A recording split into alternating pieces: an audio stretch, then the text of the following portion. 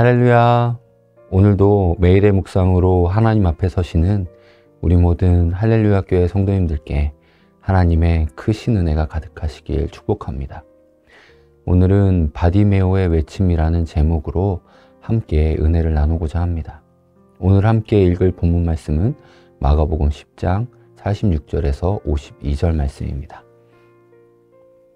그들이 여리고에 이르렀더니 예수께서 제자들과 허다한 무리와 함께 여리고에서 나가실 때에 디메오의 아들인 맹인거지 바디메오가 길가에 앉았다가 나사렛 예수시란 말을 듣고 소리질러 이르되 다윗의 자손 예수여 나를 불쌍히 여기소서 하거늘 많은 사람이 꾸짖어 잠잠하라 하되 그가 더욱 크게 소리질러 이르되 다윗의 자손이여 나를 불쌍히 여기소서 하는지라.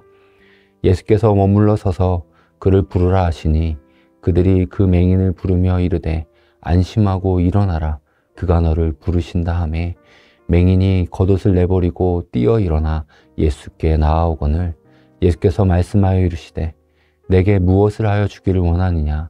맹인이 이르되 선생님이여 보기를 원하나이다. 예수께서 이르시되 가라 내 믿음이 너를 구원하였느니라 하시니 그가 곧 보게 되어 예수를 길에서 따르니라. 아멘. 오늘 본문 말씀은 마가복음 8장부터 이어지는 가이사랴 빌립보에서 예루살렘까지의 예수님과 제자들이 걸어간 그 길 위에서 일어난 여러 사건들, 그것들을 통해 마가복음의 저자인 이 마가가 예수님을 따르는 제자란 어떤 사람인가를 계속해서 보여주었습니다. 그 예수님과 제자들이 걸어간 그 길의 마지막, 그러니까 예루살렘에 들어가시기 전에 마가는 믿음의 모범을 보인 맹인거지 바디메오를 통해 우리에게 제자의 삶이 또 믿는 자의 모습이 어떠한지를 보여주고 있습니다. 놀랍게도 그 모범이 된 인물인 맹인거지 바디메오는 유대인 중 존경받는 사람도 12제자 중에 한 명도 갈릴리에서부터 예수님을 따라온 많은 사람들 중에 한 명도 아니었습니다. 예수님께서 제자들과 예루살렘과 가까운 여리고에 도착하셨습니다. 그리고 예수님께서 여리고에서 나가실 때에 그 길가에는 맹인거지 바디메오가 앉아 있었습니다. 그리고 바디메오가 이렇게 외칩니다. 다윗의 자손 예수여. 오늘 본문 47절을 같이 보겠습니다. 나사렛 예수시란 말을 듣고 소리질러 이르되 다윗의 자손 예수여 나를 불쌍히 여기소서 하거늘. 이 47절 말씀을 통해 우리가 알 수 있는 것은 바디메오가 들은 예수님은 어떤 분이신가 입니다. 무엇을 통해 알 수 있나요? 바디메오가 예수님을 부르실 때 예수님에게는 어떤 수식어가 붙은 예수님이셨습니까? 바디메오가 부른 예수님과 이 유대인들이 부른 예수님의 수식어는 달랐습니다. 먼저는 바로 유대인들은 나사렛 예수입니다 였습니다. 그런데 바디메오는 어떻게 소리 지릅니까? 다윗의 자손 예수여 라고 예수님께 소리칩니다. 예수님께서 여리고에 이르렀을 때 그 여리고에 있는 사람들은 예수님을 이렇게 불렀습니다. 나사렛 예수. 반면에 여리고의 길가에 앉아있던 맹인거지 바디메오는 예수님을 이렇게 불렀습니다. 다윗의 자손 예수여. 물론 둘 다 틀린 말이 아닙니다. 예수님은 나사렛에서 자라셨고 다윗의 후손이기도 합니다. 하지만 그 예수님께 그 수식어를 붙여 부르는 사람들에게는 틀린 말은 아니지만 전혀 다른 의미로 예수님을 수식어를 붙여 불렀다는 것을 우리는 알 수 있어야 합니다. 나사렛 예수. 이 여리고의 허다한 무리는 예수님을 나사렛 예수라고 불렀습니다. 예수님께서 어린 시절을 보내셨던 나사렛은 겨우 30여 가구, 100명 또는 200명 정도의 사람들이 모여 살았던 시골 동네였습니다. 그야말로 작은 시골이었던 것이죠. 게다가 당시 이 예수라는 이름은 비교적 흔한 이름이었기 때문에 그 앞에 출신지인 나사렛이라는 말을 붙인다면 다른 사람과 혼동되지 않을 것으로 여겼을 것입니다. 또 당시에 유대인의 관례를 따라 그 사람의 출신지를 이름 앞에 붙이는 것은 극히 자연스러운 일이었습니다. 그러나 이 나사렛 예수라는 말은 예수님의 고향이 나사렛이라는 단순한 정보만 들어있는 것이 아니었습니다. 한편으로는 그 말 속에 무시와 경멸도 포함되어 있습니다. 그것을 무엇을 통해 알 수 있습니까? 요한복음 1장 46절입니다.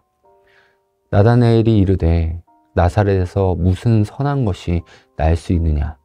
빌립이 이르되 와서 보라 하니라. 나다나엘이 빌립에게 말한 나사렛에서 무슨 선한 것이 날 수 있느냐라는 말을 통해 여리고 사람들이 붙이는 예수님 앞에 붙은 수식어 나사렛에 담긴 부정적인 의미를 우리는 충분히 유추할 수 있는 것입니다. 100번 양보하더라도 여리고 사람들은 예수님을 그냥 나사렛이라는 동네에서 태어나고 자란 사람, 딱 그 정도로만 보았기에 나사렛 예수라 부른 것이죠. 이것이 의미하는 것이 무엇입니까? 여리고 사람들은 예수님을 나사렛 예수라고 불렀고 예수님을 믿음의 대상으로는 보지 않았다는 것입니다. 이것이 여리고 사람들의 한계였습니다. 예수님을 나사렛 예수로만 보는 동안에는 예수님을 향해 기도하거나 예수님을 경배하거나 예수님을 나를 구원의 길로 인도하실 분, 예수님이 구원의 길이심을 받아들일 수는 없습니다. 오늘을 사는 우리들, 많은 사람들 마찬가지입니다. 우리도 예수님을 역사 속 위인 중 한 사람으로만 여긴다면 예수님에 대해서 아무리 들어도 예수님을 구원자로 믿을 수는 없습니다. 그저 나사렛 시골 동네에서 태어나서 여러 기적 같은 일, 좋은 일을 한 사람 중에 한 명으로 여길 수밖에 없습니다. 예수님을 자신의 신앙의 대상, 믿음의 대상으로 그 10년 가운데 받아들일 수 없을 뿐더러 예수님을 하나님의 아들, 자신의 메시아 구원자이심을 알 수도 믿을 수도 없습니다. 반면에 예수님을 전혀 다른 호칭으로 불렀던 한 사람이 있습니다. 그는 디메오의 아들 바디메오라는 맹인 거지였습니다. 여기서 우리가 반드시 주목해야 할 점은 바디메오라는 이름을 마가가 기록하고 있다는 것입니다. 안문맥에 등장하는, 오늘 본문 안문맥에 등장하는 한 사람이 있습니다. 바로 재물이 많은 사람인데요. 그가 계명을 어려서부터 철저히 지켜온 사람임에도 불구하고 마가는 그의 이름을 기록하지 않습니다.